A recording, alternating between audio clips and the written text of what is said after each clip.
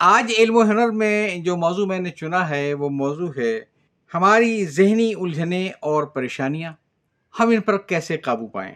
آپ کو معلوم ہے کہ روز بروز ہماری ذہنی پریشانیاں بڑھتی چلی آ رہی ہیں۔ یہ ذہنی الجھنیں اور پریشانیاں ہمیں گھر میں اپنے گھر والوں کے رویوں سے پیش آتی ہیں، محلے پڑوسیوں کے رویوں سے پیش آتی ہیں۔ اگر ہم کوئی کاروبار کر رہے ہیں تو ہمیں وہاں بھی کوئی پریشانیاں پیش آتی ہیں، اور اگر آپ دفاتر میں نوکری کر رہے ہیں تو وہاں تو ذہنی الجھنیں کچھ اور ہی ہیں۔ ہاں، یہ سب ہماری ذہنی پریشانیوں کا ایک سبب ضرور ہے، لیکن واحد سبب نہیں ہے۔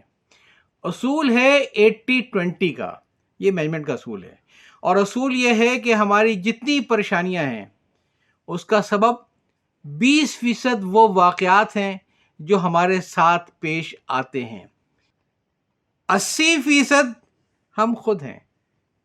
یعنی ہمارا اس پر رد عمل کیا ہے؟